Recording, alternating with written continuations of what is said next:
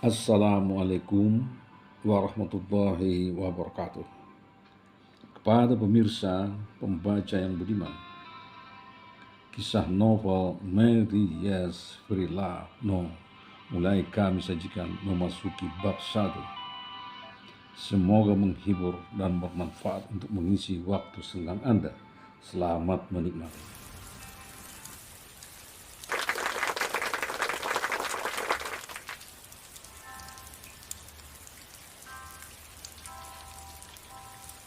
Sebuah novel bersambung dengan judul Mary Yes Free Love No.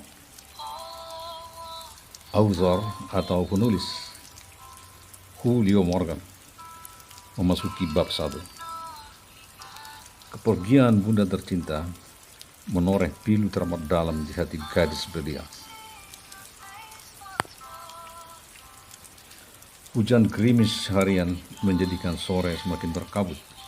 Sirene dari 3 motor gede pengawal konvoi terus meraung keras menembus hujan, membuka jalan untuk mobil ambulans dan iring-iringan mobil mewah di belakangnya. Konvoi kendaraan cukup panjang, tapi jalan yang tidak terlalu padat menjadikan lalu lintas tetap lancar. Berkisar setengah jam perjalanan, suara sirene berhenti. Persis kendaraan sudah memasuki area pemakaman, dan semua kendaraan dibantu petugas parkir berhenti di sekitar tenda besar yang sudah terpasang rapi. Langit yang tiada henti mencurahkan hujan, sementara prosesi pemakaman terus berlangsung. Seorang ustadz selesai menyampaikan tausiah dan doa, mempersilakan kepada keluarga dekat untuk terakhir kalinya memberikan selamat jalan melepas kepergian almarhumah sebelum dikebumikan. Lelaki tua berpakaian priayi mendekati ustadz agar cucunya dibolehkan mendoakan bundanya. Tentu saja bapak ustadz yang mulia itu pun mempersilakan. Suami yang sangat berduka berjas hitam berusaha tegar mendekati kedua anaknya. Silakan anak papa, jangan nangis ya nak.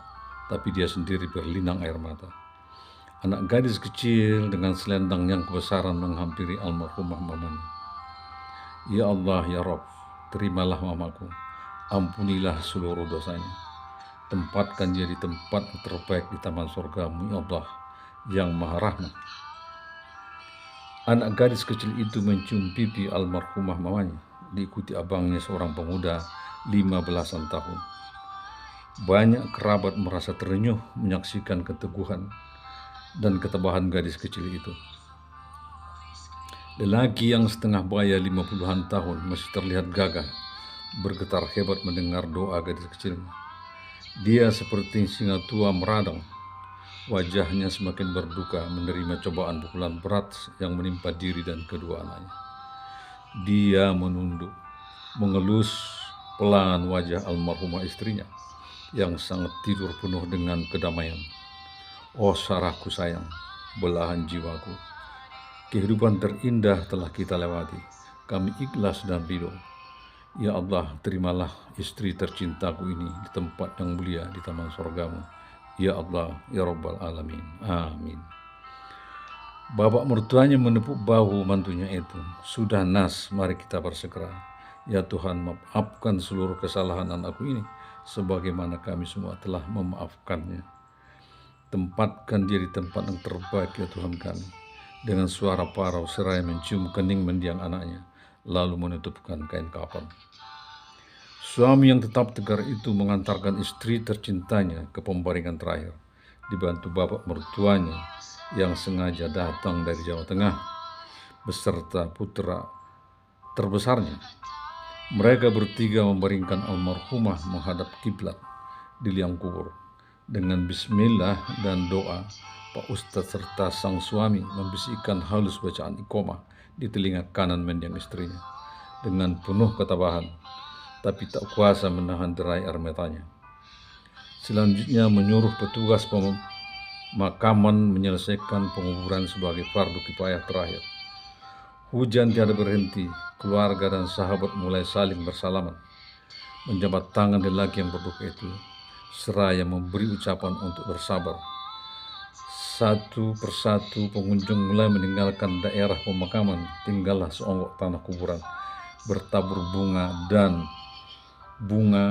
merah dan putih melati.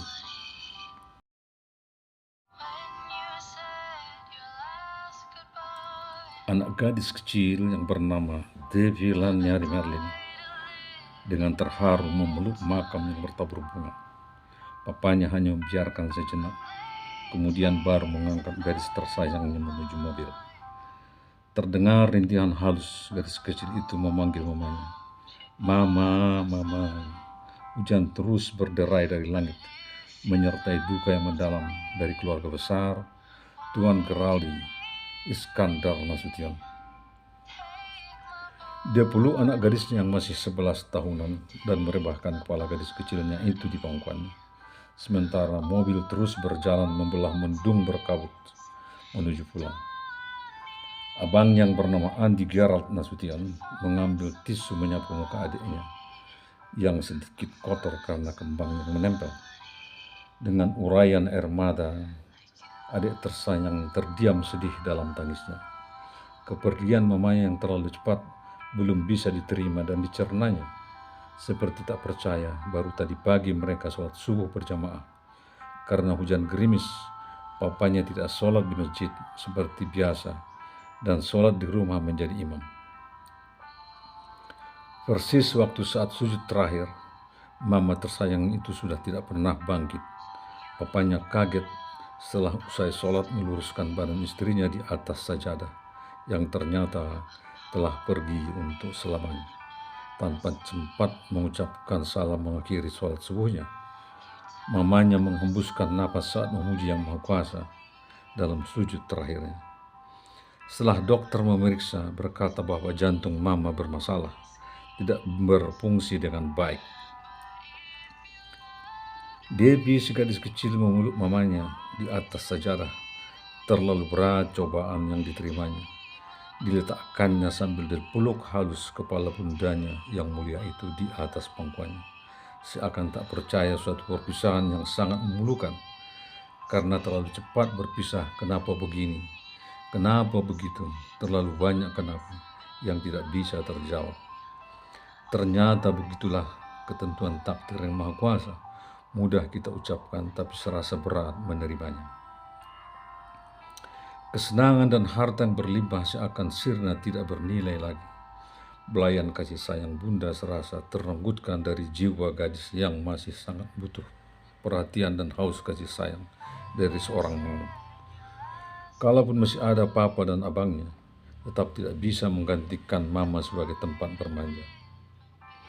Rasa pilu semakin menoreh kesedihan di hati gadis kelas 1 SMP itu. Berbagai prestasi yang selama ini dipersembahkan untuk mama tercinta, ranking 1 di kelas, juara berbagai olahraga, serta bela diri, belum lagi mengaji dan nyanyi, kini seperti tidak diperdulikannya lagi.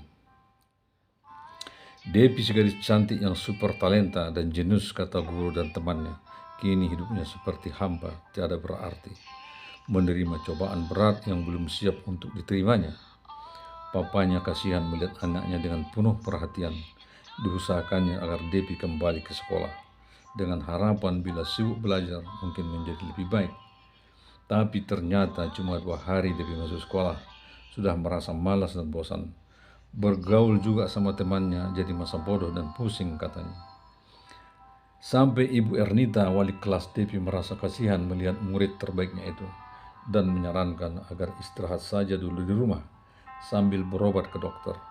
Tuan Geraldi Nasution sangat antusias tidak membiarkan anak tersayangnya itu hanyut dalam kesedihan dan membawa berobat ke dokter pribadinya.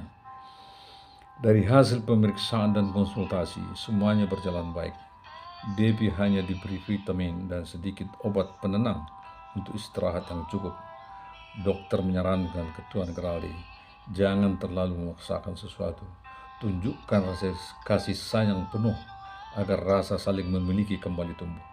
Insya Allah Devi akan kembali bangkit dan ikhlas menerima kepergian almarhumah mamanya.